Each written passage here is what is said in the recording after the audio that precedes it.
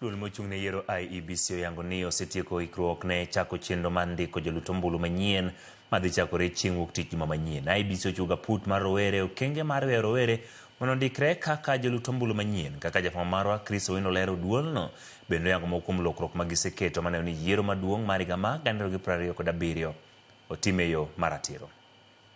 Chenro mar ndiko jogo ombulu manyien maromo milion 6.3 dhi chakore ayanga chieng' wuok tich juma manyien e kuonde chung' od bura duto 290. Direkta mar weche mag chike duol mar IEBC Crispin Owiye onyiso komiti mar od bura mochung' ne keto e tim pen chik ni ikruok duto oserumo ne chenro madhi timore e Huduma Centers kod kuonde ndiko jogo ombulu e ute chung' od bura duto. We are rolling out the voter registration exercise on 29th of September 2025. That will be precisely Monday next week. Yes, Monday, sorry. And our first launch will happen in Kajiado, in Mashuru, primary school ground.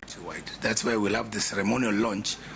But all our Huduma centers, all our registration centers across all the 290 constituencies will be open.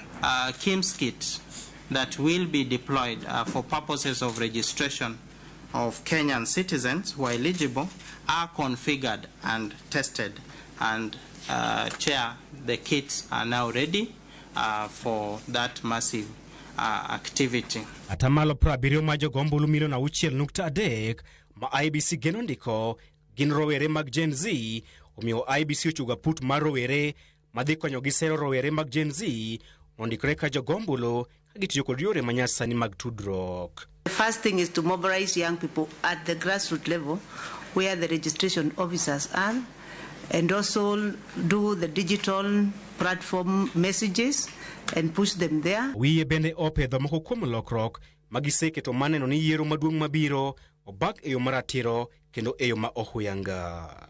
Moko kuom lokruok makamago gin kolo register maduong' mar IEBC dweche 8 motelo ne yiero maduong' mabiro kaka yo mar golo jogo ombulu manyawawa e register mar IEBC. We have made proposals that at least a certain period, 8 months to the elections, this audit should be undertaken for purposes of giving assurance to the public that we have a good and credible register that will be administered during the election.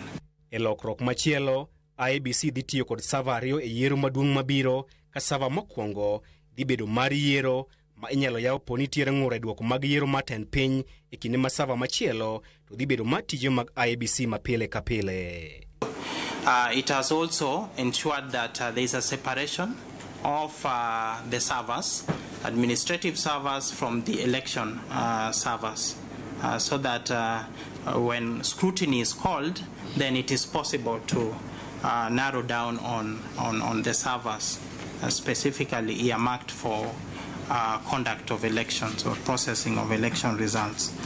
E lokruok mar adek, jakom mar IEBC dhi tiyo kod commissioners mamoko mag IEBC e kolo duoko mag yiero matend piny kaka yo mar tieko gwandruok mane onenore kind jakom machon mar IEBC Wafula Chebukati kod kweth mar Cherera 4 e wi duoko mag yiero matend piny. Jakom IEBC Erastus Edung Ethukon bende osingo mar chiwo ler ne jo Kenya e wi chenro mar goro kiewo mag gwenge e bodwe achiel mabiro.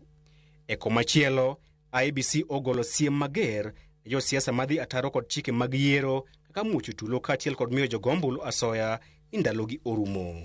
Duol mochung' ne yiero pacho kae IEBC nigi geno ni lokruok magiseketo motelo ne yiero maduong' mabiro dhi miyo oganda jo Kenya yiero mar adiera kendo ma ohuyanga.